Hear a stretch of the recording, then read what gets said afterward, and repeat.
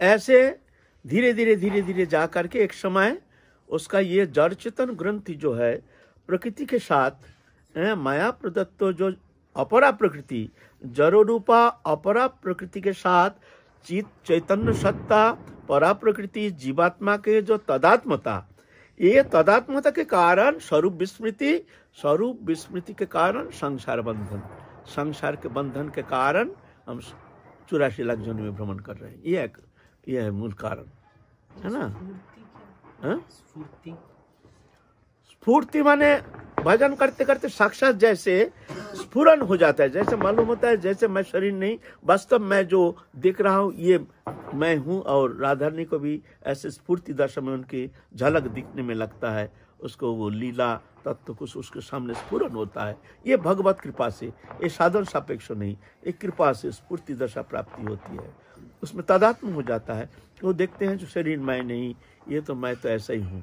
ऐसे कुछ समय के लिए जब उच्च स्थिति में जाकर के स्फूर्ति दशा प्राप्त होता है ना।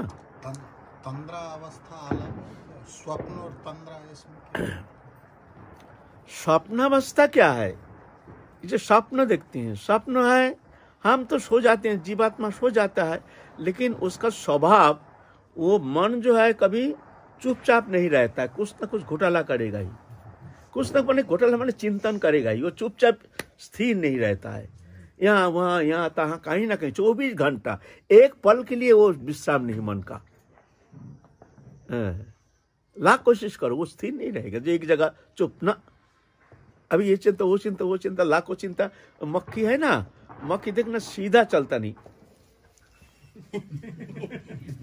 मक्खी उड़ता है ना सीधा उड़ना आता नहीं। मन भी ऐसा, कहाँ पलक में कहाँ, ये अभी भगवत चरण में चिंतन शुरू किया, पलक में विषय में जाकर के विष्ठा में जाकर के लग गया।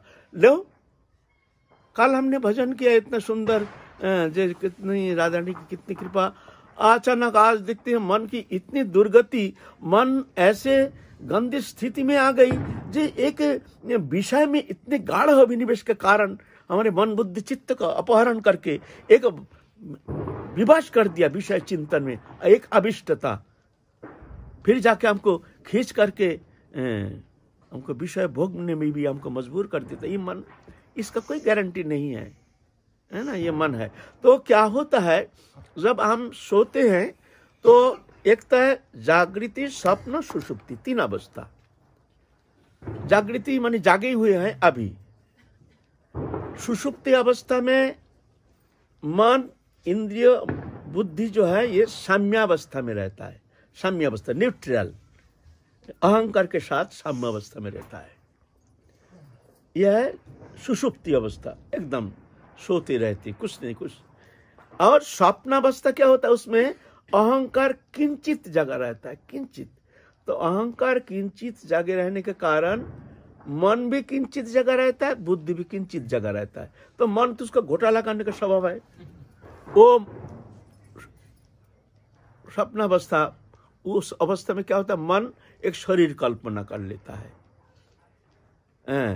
कल्पना करके संसार कल्पना कर लेता है, कल्पना करके वो अहंकार उस काल्पनिक शरीर को सत्य आरोप कर देता है, आरोप करके वो काल्पनिक संसार को सत्य आरोप कर देता है, आरोप करके एक निद्रा भी नहीं, सुषुप्ति भी नहीं, जागृति भी नहीं, बीच अवस्था, और ये जीव चैतन्य सत्ता वो तदात्मता के कारण स्वप्न अवस्था रूप में उसके सामने आ जाता है। वो ये करता है, वो करता है, वो करता है, और उसको सत्य मानने का कारण, सत्य आरोप करने के कारण उस स्वप्न अवस्था के शरीर के द्वारा जो भी क्रिया होती है उसका विकार होता है। हम सोए हुए हैं जीवात्मा के ऊपर, विकारित हो रहा है, भय, लोभ, आनंद, सुख, दुख, विषाद, विकृति सब होता है शरीर का। कुछ नहीं, ना शरीर है ना संसार है, लेकिन देखो उसका विकार पूरा हो रहा है शरीर में। भय पर रहा तो ये कर रहा है स्वप्नों में, कुछ नहीं। स्वप्न का विकार शरीर को पर असर करता है, प्रतिक्रिया होती है, लेकिन वहां ना है शरीर ना है संसार, पूरा कल्पना। ये जागृति अवस्था भी ऐसे ही है। ये जागृति अवस्था में ये सिर्फ व्यवधान है। जागृति अवस्था में स्वप्न में जैसे शरीर कल्पना है, संसार कल्पना है ही नहीं कुछ, ना संसार है ना शरीर है, सिर्फ एक सत्य आरोप करने के कारण उसकी अवस्था जो है उसको विकार प्राप्त होता है। सोए हुए जो जीवात्मा है वो विकारित हो रहा है, ये स्वप्न अवस्था। जागृति अवस्था में शरीर है, संसार है, लेकिन ये स्वप्न अवस्था जैसे कैसे है, शरीर मैं नहीं लेकिन शरीर मैं, ये आरोप हो गया। ये स्वप्न जैसे शरीर मैं नहीं, इस शरीर में वो अपना मानना शुरू कर दिया, भ्रम हो गया। स्वप्न जैसे स्वप्नवत, स्वप्न में शरीर को जैसे सत्य आरोप कर लिया, इस शरीर को भी जीवात्मा ने सत्य आरोप कर लिया। शरीर मैं नहीं लेकिन शरीर मैं हूं। शरीर संबंधी वस्तु स्त्री पुत्र कुटुंब परिवार मेरा नहीं ना, ये मेरा है, ये है भ्रम।